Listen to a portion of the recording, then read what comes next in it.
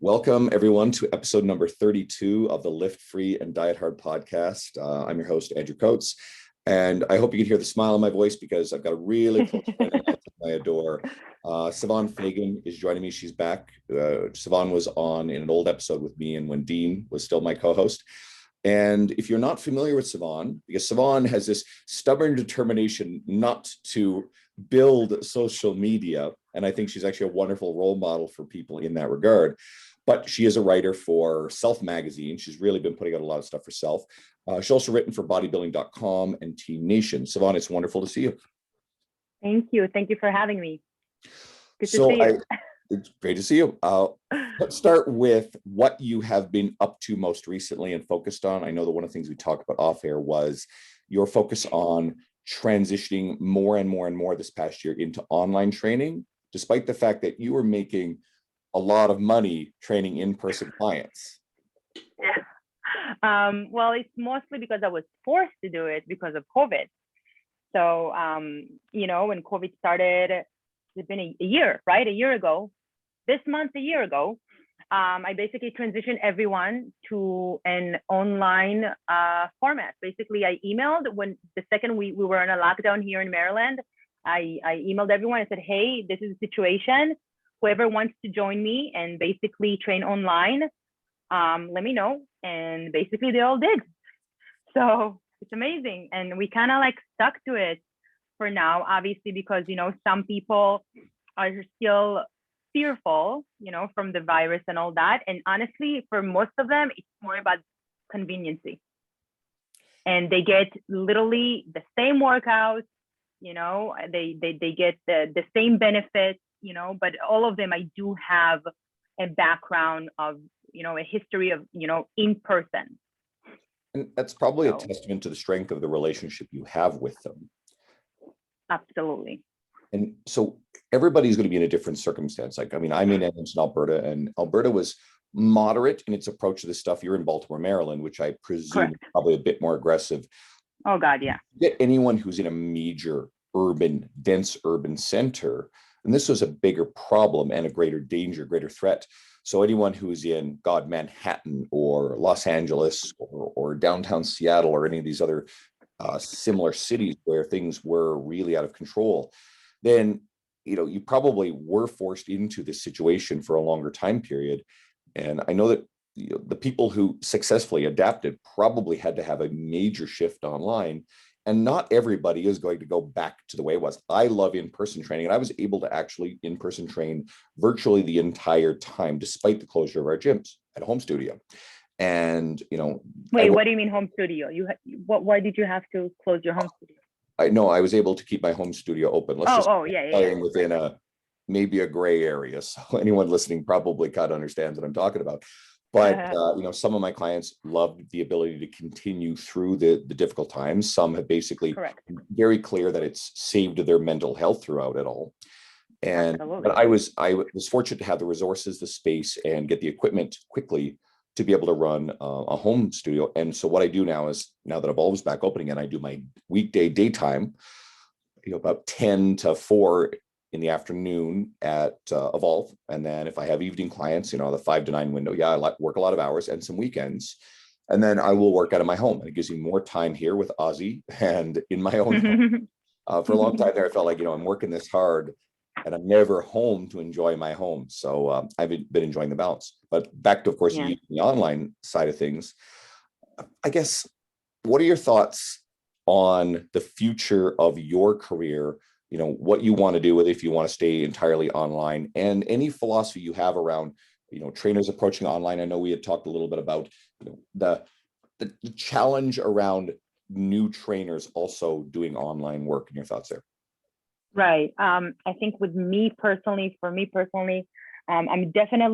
I love the online only because it's convenient, right? It's convenient for everyone. You don't need to drive. You truly get the most out of the session. However, I do also love the in-person aspect. So I think a combination is best. I wouldn't want to go, even though currently I only have one person in person, but the rest of them are all literally all online. in Zoom. So again, I think once things start opening up a little bit more, so maybe it's a combo. So some clients want to do like a combo, maybe like, one training session in person, one training session online. So I think it just gives us a lot more, flexibility. And yeah, that's as far as my personal approach. And what you've also said too is you said Zoom. So you're actually spending one-on-one Zoom hours. So I've been using the term virtual. I think that's kind of the common term to describe that part. You also have online coaching programs where you're building and programming people, but not spending the hour on the video with them. Yeah, I know we need to differentiate it now because, back in the day it was only online. Online was really just programming. Now online can also mean virtual. Correct. Yes. Correct. So yeah, I do also, online programming and Zoom. But I think the cool thing about it, again, that now when you have Zoom, you can truly train people from all over the world. Look, if you talked to me a year and a half ago, I would have said, I would have never started a client online with me. I would like to see them in person. I want to see how they move. I'm very, very anal about the specifics of every single thing. And, I want to see from all different directions. But then now we were kind of like forced into the situation that now I kind of like, I have the experience of years of in person. I was forced to go online. Why not actually try to expand it? So recently, for instance, my most recent client is a woman from Canada.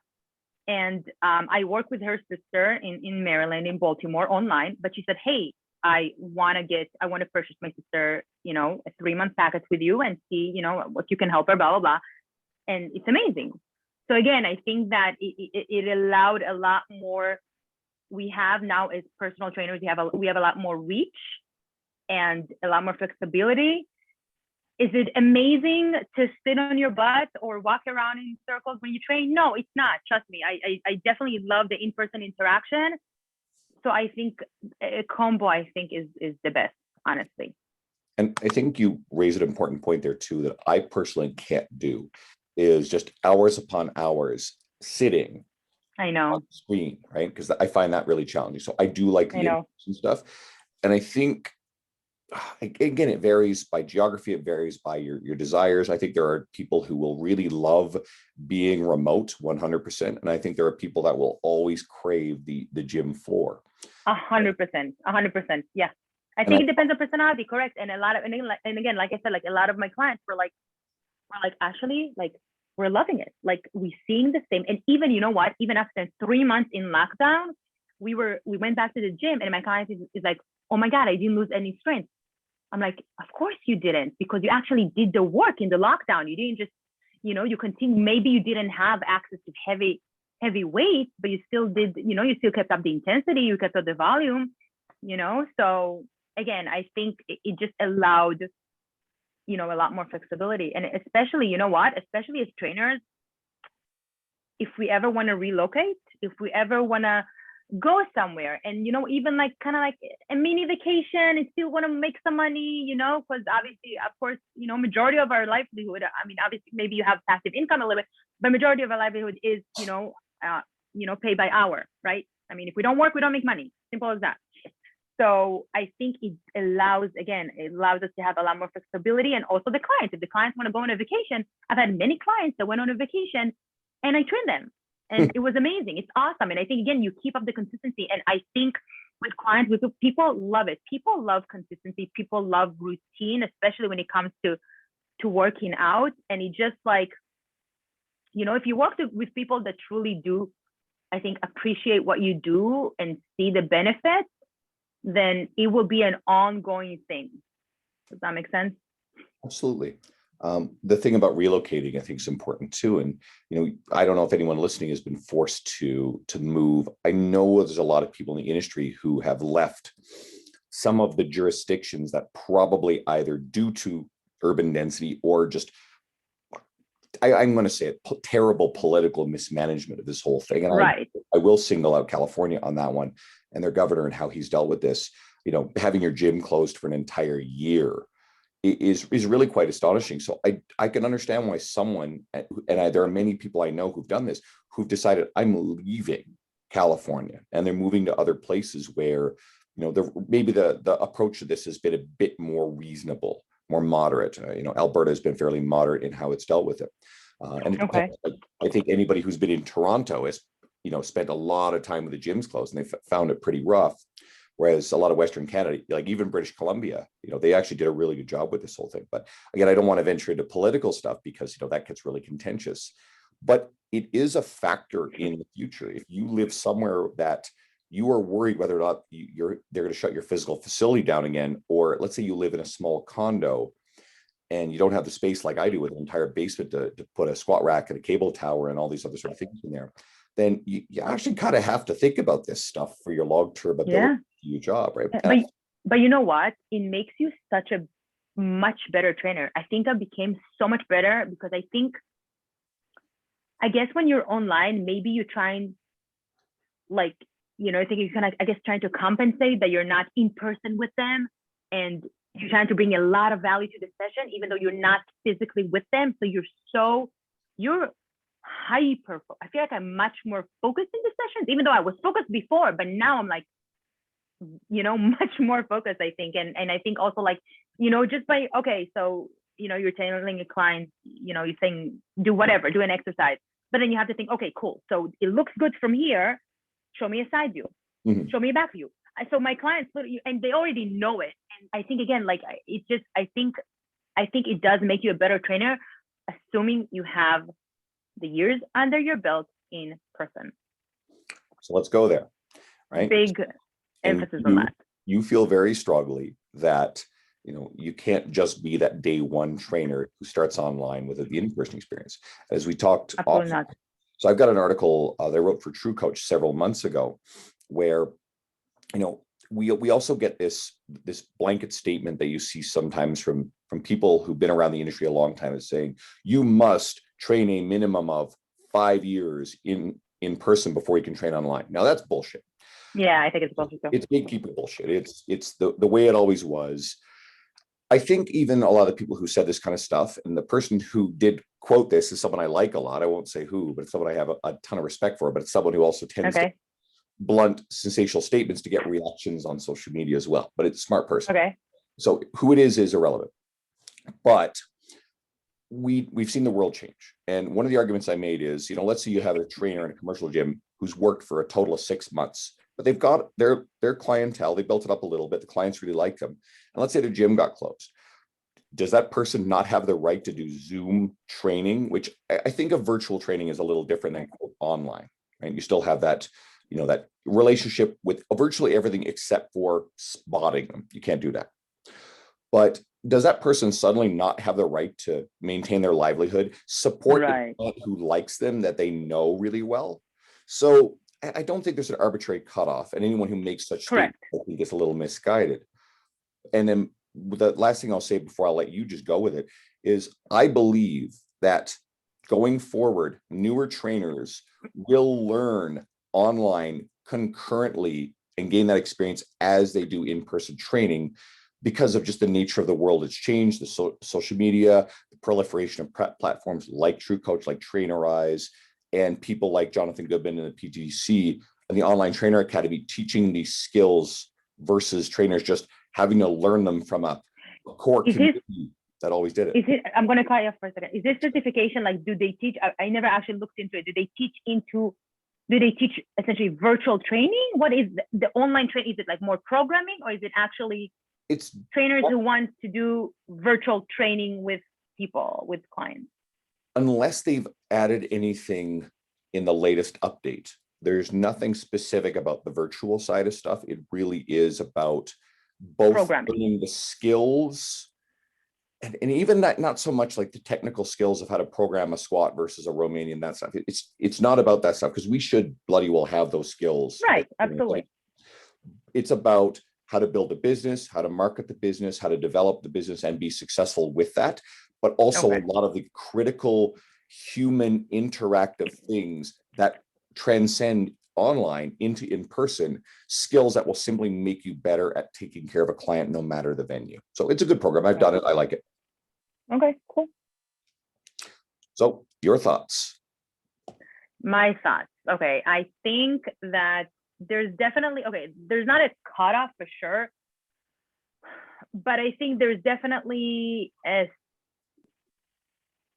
X amount of time that you need as a trainer to feel comfortable in your skills to coach people, and then essentially progress to virtual training. You know, at the beginning, look, as a new trainer, for instance, I can tell by myself. I mean, when let's just say I told the client, right, that do a squat. Did I look at the squat from different angles and as a new trainer? Hell no. You know, I didn't know what I was doing. But I feel like with more time, more experience, and, you know, and going for continuing education and, you know, and seeking out, you know, mentors and all that, I think you get, you know, obviously, and with experience, you get a lot better. And then, you know, when, again, I don't have a specific time frame, you know, be an in-person trainer for a year. I don't have that, but I think you need to feel comfortable enough that you can get people results, right? And help people, and then being able to do it from distance. You know, with me personally, like I said, all of my clients, I do know them. I know how they work. I know, you know, I know their bodies. I've seen them in person. I've trained them, majority of them, not less than 3 months. I have, you know, the information, you know, I know what I want to do with them. But from someone, you know, who lives, you know, in the UK, who lives in Canada or whatever, I don't have that. So I can do the best that I can with them. But again, I feel like online virtual training without first seeing in person will take more time to get to where they want to be compared to in person. And that's because, right, you can say, no, do this, no, do, right? You can say how to do things, you can coach them, but that would essentially take a longer time compared to if you stood next to them and you like put their body in a better position, right? Or angles, right? The whole idea of like, okay, where should we put the computer? Where should we put the phone? You know, so essentially you can say that if you've never, right, if you're only doing virtual training, but you never seen the client in person, it would essentially can take longer. That I noticed. But on the other side, you know, if you're the better choice for the client, if where they live, they can't find anyone competent, then why not? Right? Does that make sense? Absolutely. And I think you're right in that we can't say an exact time frame. And also time frames are kind of a silly metric anyway, because different trainers accumulate different amounts of experience over the same time. Correct. You can train 10 hours a week, or you can train 30 hours a week or 40 hours a week. Right. So really, you're right, 100%. And not everybody has the time, bandwidth, or the interest to dive into educational stuff. You are known for being, unfortunately, God, you are voracious in your dive into, you know, strength training, you know, all the training and nutrition stuff early in your career to complement the experience that you gained as well. So over the time frame you've been training, you accumulate a lot of the stuff very, very rapidly, a lot of skill. You're able to charge, you know, a significant amount of money for your in-person time, great with your relationships. And then that transcends into, you know, greater renown in the industry to where you are writing for the bigger, more well-known publications. So let's go there, because it's something that I end up talking a lot with followers who message me, and it ends up, you know, being a conversation on the podcast. I personally think there's a lot of value in writing, being a good writer, and not just long form article writing, which I still think is a really good piece of career capital to establish. Let's say you're building a social media following and someone finds you. If they find you, someone shared your post, like, oh, that's really cool. And they go in like, oh, wait, this person writes for bodybuilding.com like you do, or T Nation, or, you know, something else of note. Then like, oh, okay. And that validates the choice to turn around and follow that person. If you even write for your own website, there's still more. Let's say you have a podcast. Let's say you have a YouTube channel. There's more depth that someone who likes your ideas can explore. I would think, and if anyone can, you know, message me if you've seen this, you find someone seems to be a personal, a notable person in the social media world and fitness, and you go onto their profile, but then you find their social media is really all that there is. There is no other long form depth outside of social media. It's almost a little disappointing. And I want to be careful how I say this, but I find it fails to meet the same standard of credibility as the Yes, of people course. like who you and I share. Absolutely. I think we talked about it. I think we talked about it. When was the last time I was here? 2019. I was Yeah. right in the last podcast. Didn't we talk about how essentially, right? Anyone can write anyone can say they're a trainer in the profile, right? It doesn't take a lot. If you have essentially nowadays, if you have a nice body and right, and when you know it and you know how to work out, essentially you're a trainer. But again, I think people want more, and I mean, I think nowadays, because there's such a big, there has been a big, explosion of, fitness and fitness motivation and blah blah blah in social media. I think nowadays people do better research. I do think that, because when I ask people, when I ask potential clients, potential people I work with, how did you hear of me?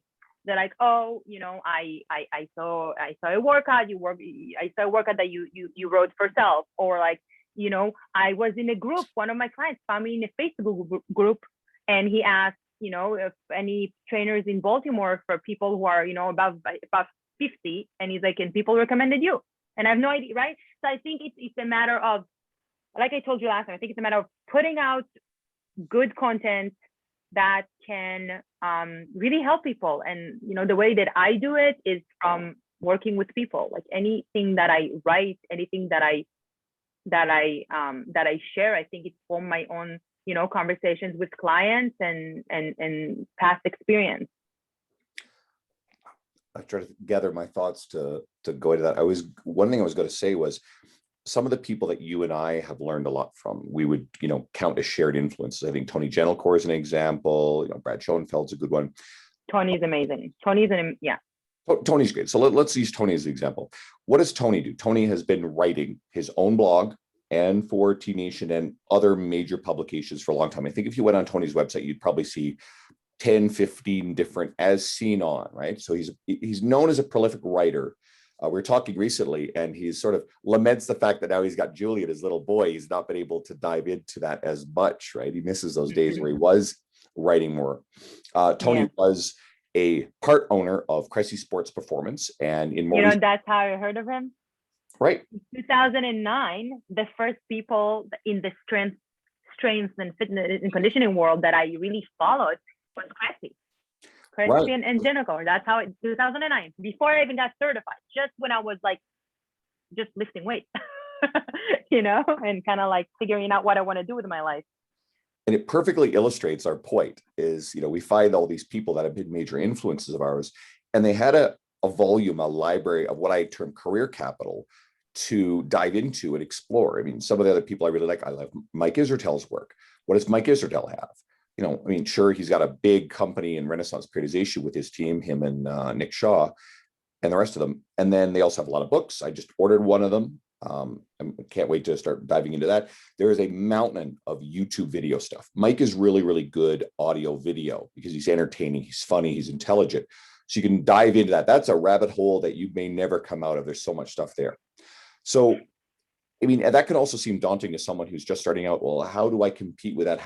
You have to start one piece at a time. You don't compete. There's nothing to compete. Literally, you don't compete with anyone. You just focus on yourself and focus on your clients and focus on learning more and growing and training at the same time. And it's really a matter of time, consistency, and do the work. Train people. Actually, train people. I like to look at it this way too. Let's say someone listening has a smaller social media following, whatever you define as small. Okay. And if you think that, well, I don't have the following, I don't have the name, I haven't done all the stuff, therefore, I haven't earned the right yet to put my thoughts out into bigger form, or even social media posting. Well, how many people on your social media ask you a lot of questions, already train with you, really like what you're doing?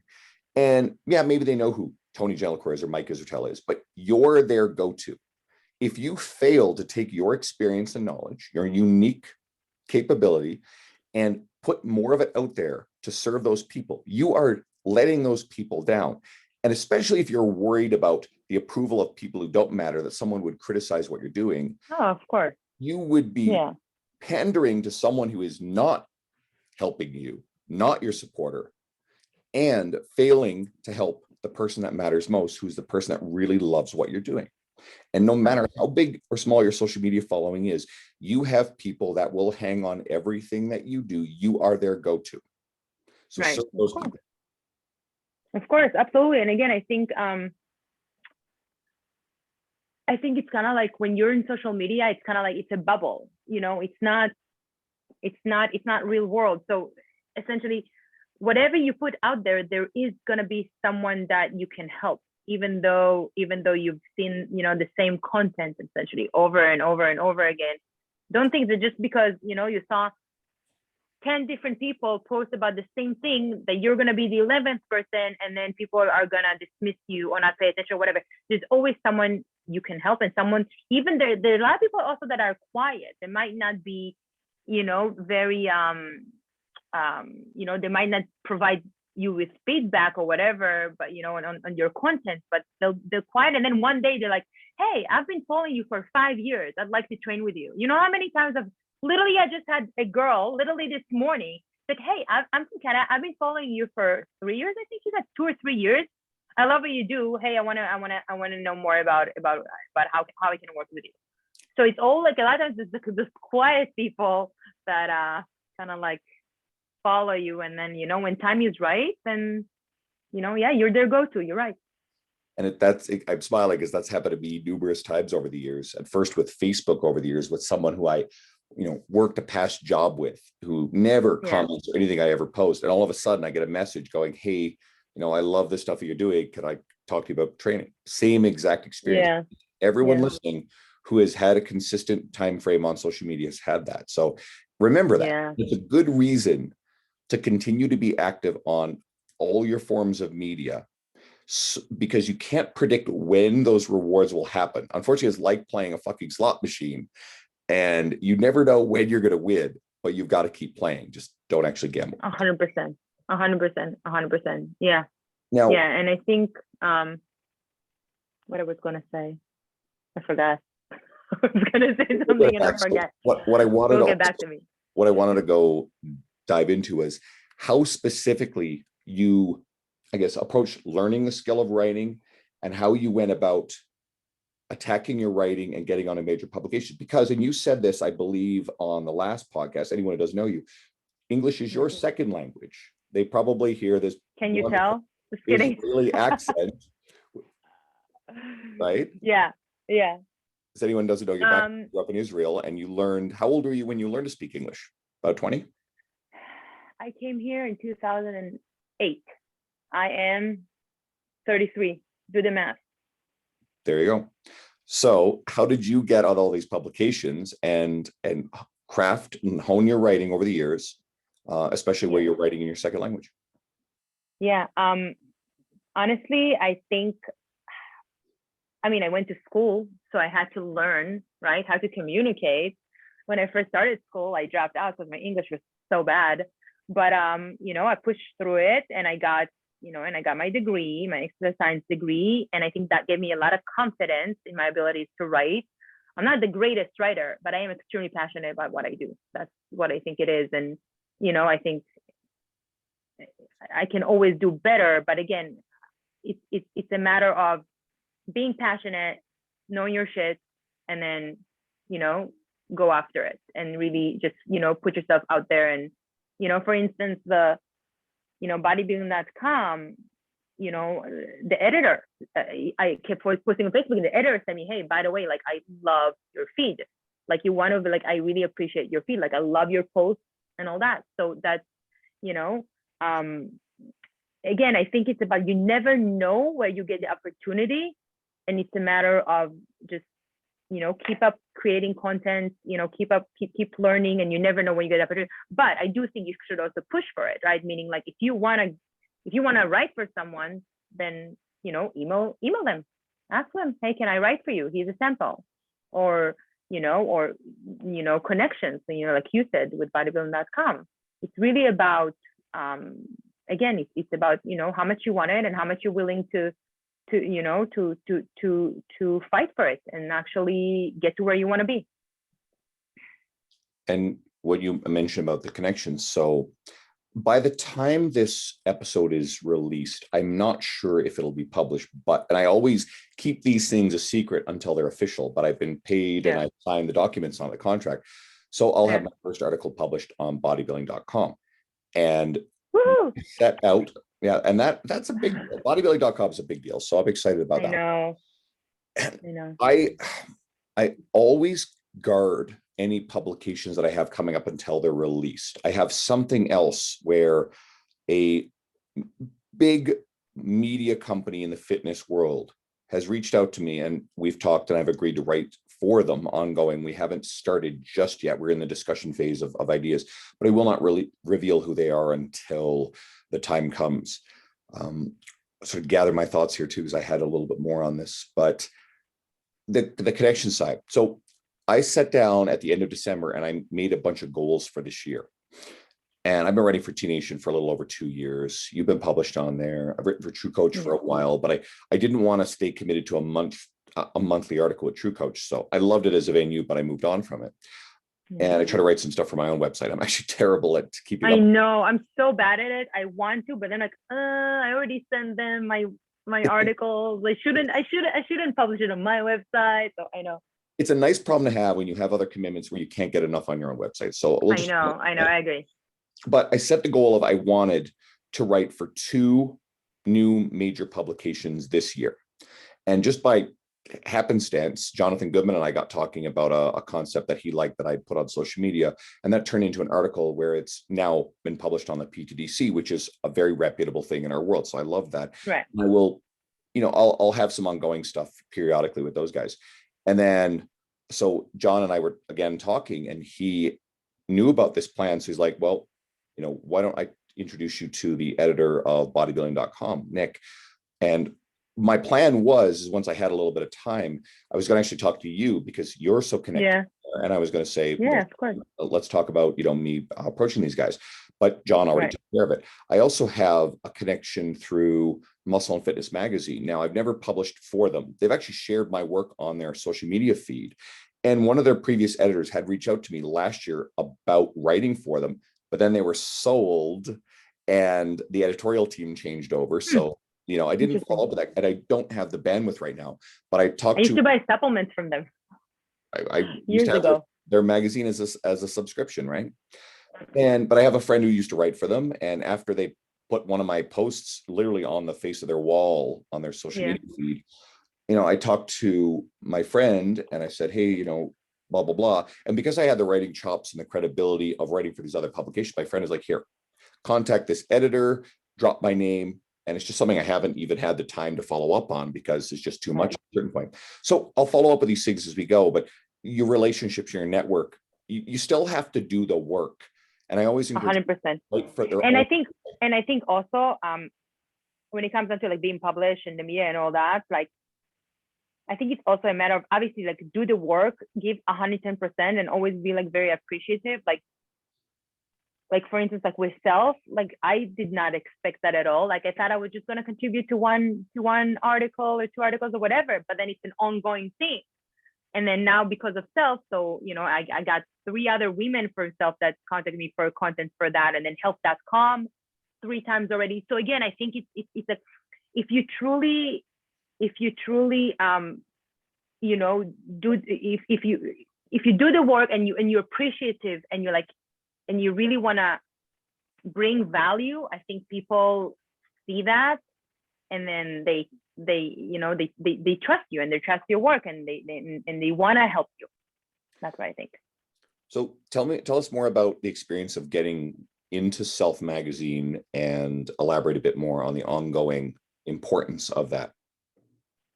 Yeah, I mean, it was not, I mean, I thought I was just going to contribute to like 1 or 2 articles, and then it turned out very well. And when I talk about working out or, anything like that, I'm very, very passionate, and I think it showed. And I have no problem in, giving up my time in explaining what I mean. And I don't just email, we can talk on the phone, that's fine. And they appreciate it. And then when I appreciate it, and then, then other editors, reach out to me and they're like, hey, I've been seeing you on Self a lot. do you mind helping me with this article? I write for help.com, or another editor for self, or another or article that has a little bit of a fitness component if they want my opinion on that. So again, I think it's just I think for me it was an issue of like, I think it has to do with luck. I do think luck has to do with, of course, luck plays a huge role, but I think it's about being appreciative and thanking whoever giving you the opportunity, like thanking them and giving them more than they think they will get. That's actually huge. That also is true of how we treat our clients in every relationship anyway, right? Of course, absolutely. Luck, luck plays a role. But let's say the person who's waiting around and is just writing for social media, and I have some thoughts on writing for social media in a moment too. But if you're writing on social, what do you mean writing for social media? You mean writing like a post? Writing your post and writing the captions below the post. And so I'll come back to that because there's more to that thought. But if you think that just posting on social media and growing social media is going to get major publishers to come knock on your door, you're missing steps. No, of course not. This is why I do say you need a website. You need to be writing things for your own website. That's what, hold on. That's why it's so crazy, because nowadays, you know how you want to differentiate between people that know what they're doing and people that don't? A lot of them only have a social media following. If you notice that, they don't actually have a website. They treat their social media as if it's their website. Did you notice that? And it can work if your goal is to build online clientele. It's not to say that can't work.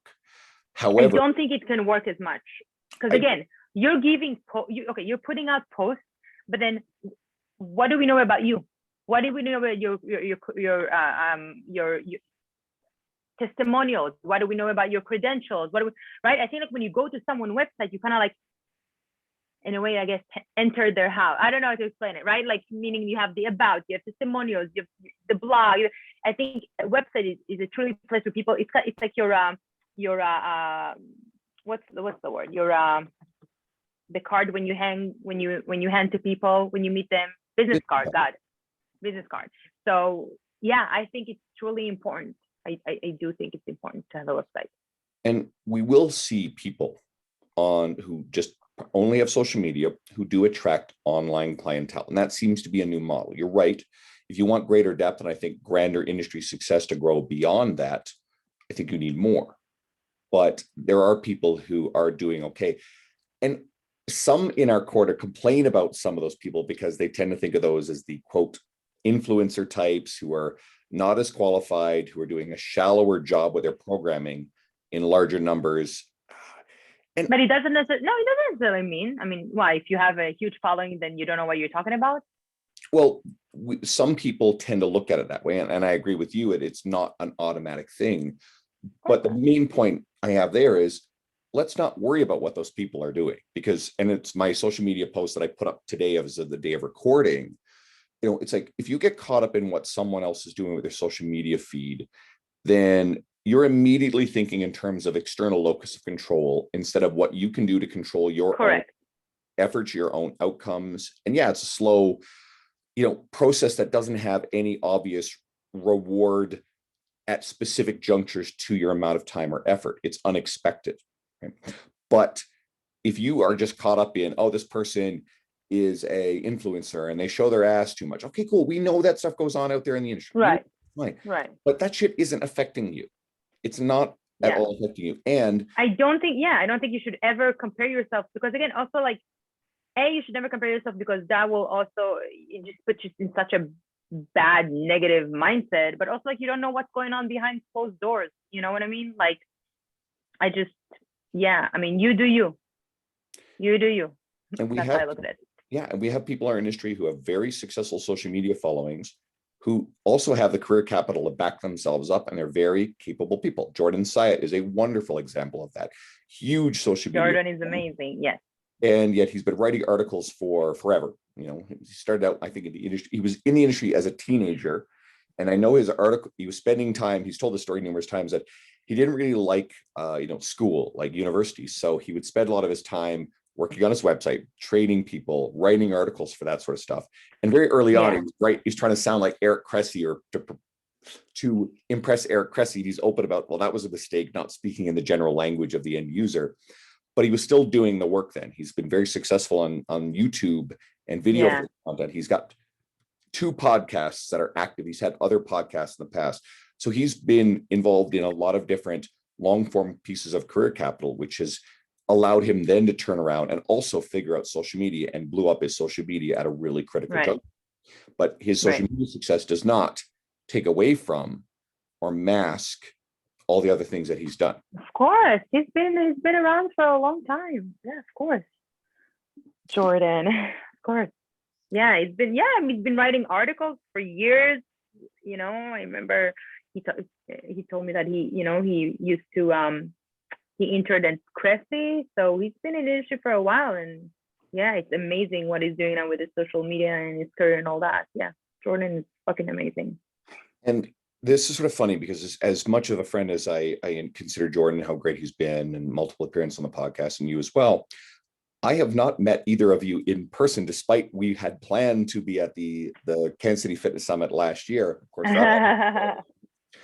and we know that the world is slowly. I know, it's crazy when you think about it, right? Like we've never met in person. Right. And how like the world has been screwy for this last year, and it's been a year. I just celebrated my 43rd birthday this past weekend, and I remember I had a small happy birthday. Thank you.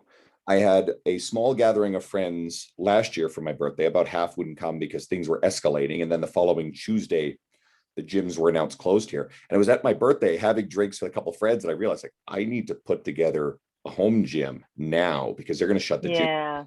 And so I did, and thankfully I was able to gather up equipment and borrow a few things, and had a well-equipped gym just right to start with, and add a piece along the way. But we are going to eventually get back to traveling within our industry and conferences, but yet that still might be slow going. So, what are your quick thoughts on what we can expect of maybe say the next year or two in our industry? I think that we will go for I think we will have conferences, but it's going to be probably like a lot smaller, unfortunately. Look, I don't know. I hope we'll go back to normal, but who knows? Honestly, now with all some people are vaccinated, some people are not, and then the variants and this and that. Look, you can hope for the best, but slowly I feel like we're seeing a little bit of a glimpse of light with the vaccine, and people are a little bit less, I guess, more relaxed. I notice it with my clients. Majority of them are vaccinated. And they're less fearful, whatever you want to call it, over this craziness. So there's going to arrive a tipping point where the media and social media and the loudest, most negative voices tip to where the fear-based stuff. I mean, that's media. That is just how it is. Whatever the reality of how bad this has been this year, it's all been based in fear and magnification of the negative stuff, because that's what draws in eyes and gets people to follow whatever media channel we're talking about. But the collective effect of that has been a lot of people who are afraid to leave their homes, who are still very, very overwhelmed by just the bombardment of all this negative messaging for the last year. It's going to take a tipping point past which enough people feel safe, and we have evidence to support that it is safe to travel and go back to normal life again, to where the media is going to be able to let go of that, or switch around to the good news about the world reopening again. And it's going to be that tipping point that changes everything to where we start to get back to normal. And beyond that, what do you think about the gyms? Do you think I want to ask you, and then I'll say, do you think people are going to go back to the gyms? Absolutely. Or you think so? Absolutely. Humans are social. Humans like social interaction. There will be more people who stay in their home gyms. Absolutely. So that's Do I think that membership will return to gyms to what it was? No. In terms of 100% within the first year to two? No. Do I think long-term gyms will continue to grow? The overwhelming majority of the North American population does not have a gym membership. There is Right. a blue ocean of people who Yeah. will hopefully realize the events of this last year will make them want to invest in their own health and well-being. The personal trainers and fitness professionals who stayed in the industry will see nothing but a surge of growth opportunity in the coming years. The gyms that survived all this will almost certainly come out of it okay. The moment that we've opened our doors and evolved each of the 2 times after the lockdown was ended, and again, Alberta's been fairly good about this whole situation. It's not as densely populated as a lot of other places. We've been Yeah. extremely busy and our gym has done fine. I don't know if that's true of all of the commercial gyms. Actually, the LA Fitness is up A here. lot of them fell through. A lot of them fell through, at least in my area. And I believe that the LA Fitness here surged, did really well. Whereas Really? the Good Life, I know they lost a lot of membership base, but Good Life put in a lot of like hour-long blocks and other restrictions that were their own choosing and voluntary outside of what the government said they had to do. And that pissed off a lot of their member base.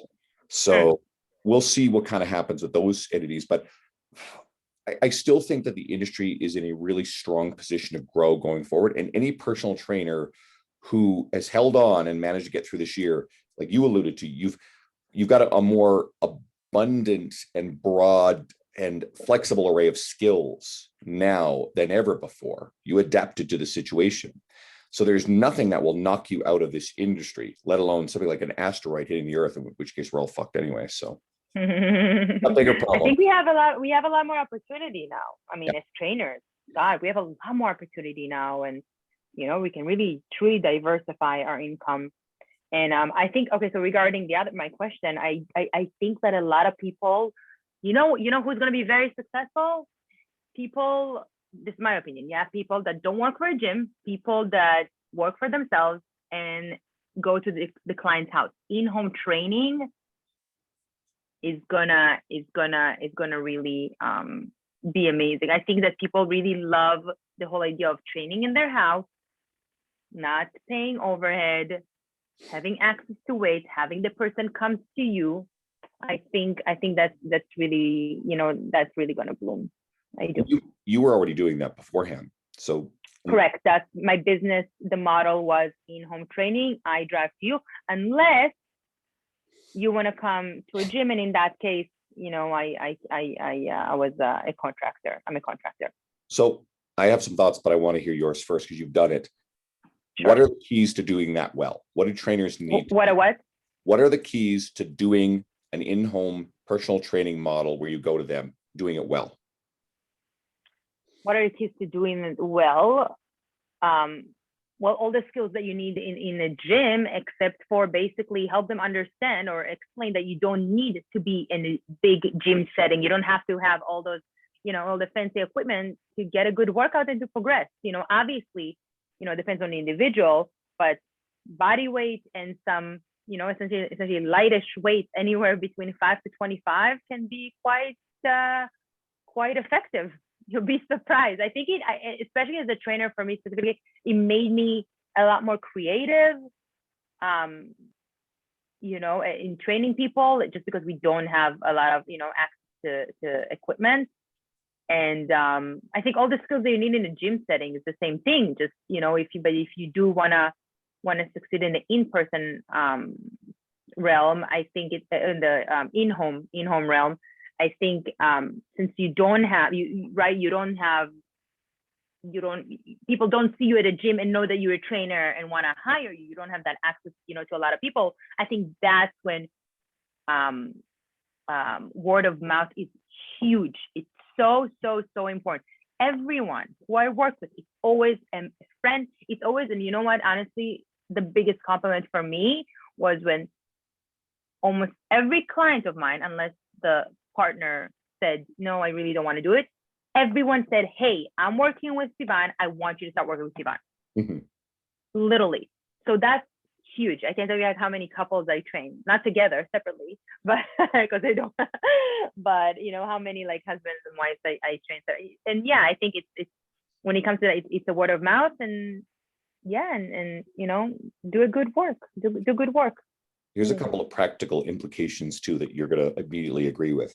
One is you also have to set sort of a geographic radius, because remember, Oh, there's absolutely. time Yeah, you take to travel to their homes. absolutely. So Absolutely. a certain amount of geography beyond which it just isn't really worth it. And two, So I always had no more than 15 minutes. So essentially, and it's interesting because I always had no more than 15 minutes, right? If I finish a client and then 10, 15 minutes, I drive to the next one, I do the same thing even with the virtual one, right? I can't go from client one to client two without rest, right? Without like clearing my mind for a second, because you have to be on, right? So essentially it's the same time, even though I'm not driving, I'm in my house, but yeah, you're right, absolutely. and what goes in with that is, I mean, I for years have trained hour after hour after hour with the occasional 1 hour break. Right. Yesterday I had six. But you did take like a 10, 15-minute break between, right? Nope. You Nope. didn't? You Nope. went straight? So I I've done it for couldn't. years. I Yeah. could not do it. I could not do it. And it gets tiring, but you also get used to it. So, for example, yesterday, 6 hours in a row at Evolve, and I trained 6 hours. And then I came home. Now I had an unusual 3 hour break. I took a big nap because I was tired, and I've been run down and fatigued recently. And I had 2 more in a row that evening. But some of my days, the busiest days, may go 6 at Evolve and then 4 more at home in 11 hours. And I have, an hour to drive home, eat a solid meal. I have smoothies and other things in between. Not everybody can keep up that pace. And honestly, Yeah, that's if I can do that forever either. But with the traveling between locations, you also have to factor in your ability to schedule and be compensated for your time. So absolutely. I think, and I know that you were dealing with what I will call an affluent clientele who could afford higher rates. You have to build in that added rate and travel into coming to someone's home. And I believe the type of client who will go for in-home training is a type of client who will understand the value of that. And I've had people ask me to train them in homes before. My schedule's never accommodated it.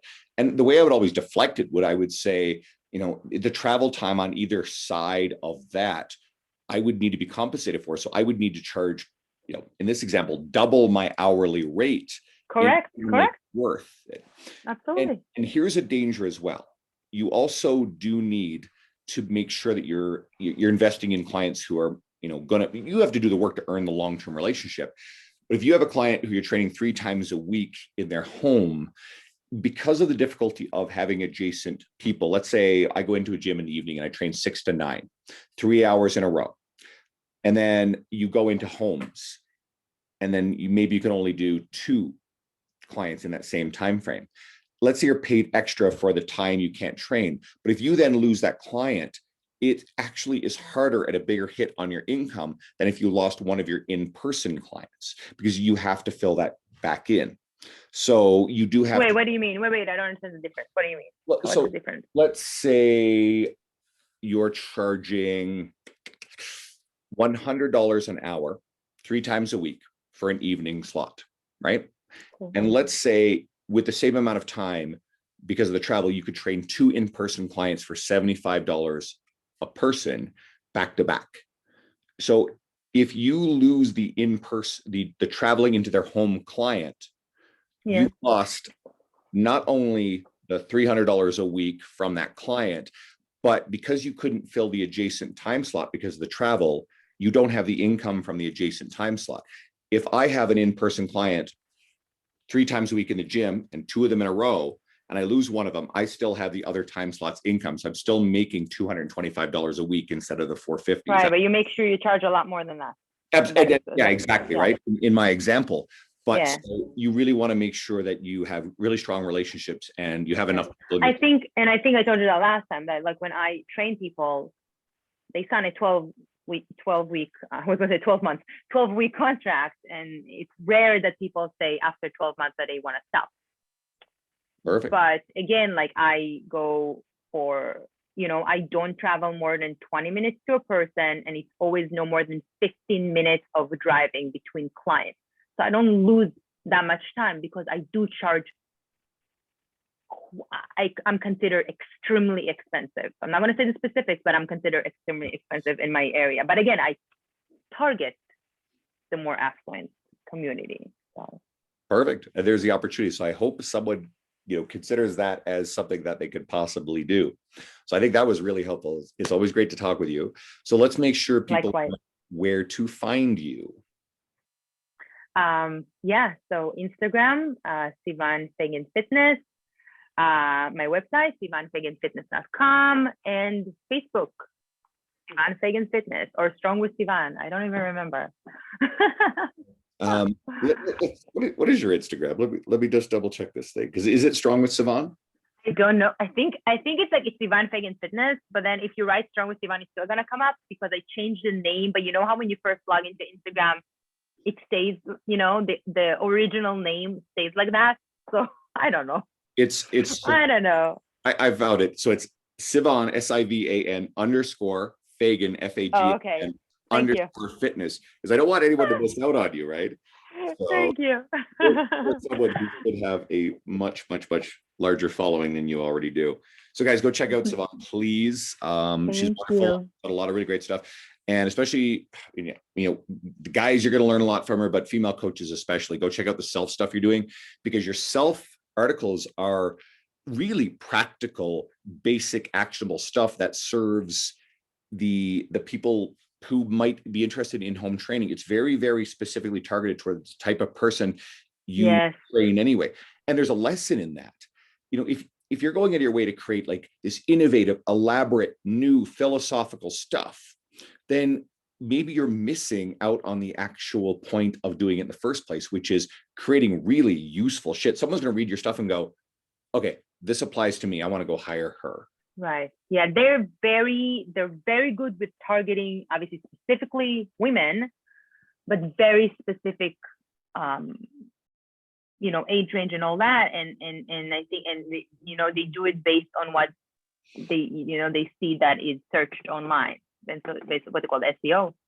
So, so I get, kind of like an outline of what they want me to talk about, and then, make up the workout and explain and all that. So yeah, it's very targeted. It's not just, write a workout. So yeah. So guys, go check out Sivan, and anyone listening, obviously, I'll do that obligatory, give me a 5-star review on iTunes, share this with someone that you believe would help. I really appreciate the loyal audience that I've had. I know I had a break recently just because, I was crazy busy, but things seem to be working where I'm able to schedule this ongoing. So look forward to another episode next week. And thanks for tuning in. Sivan, always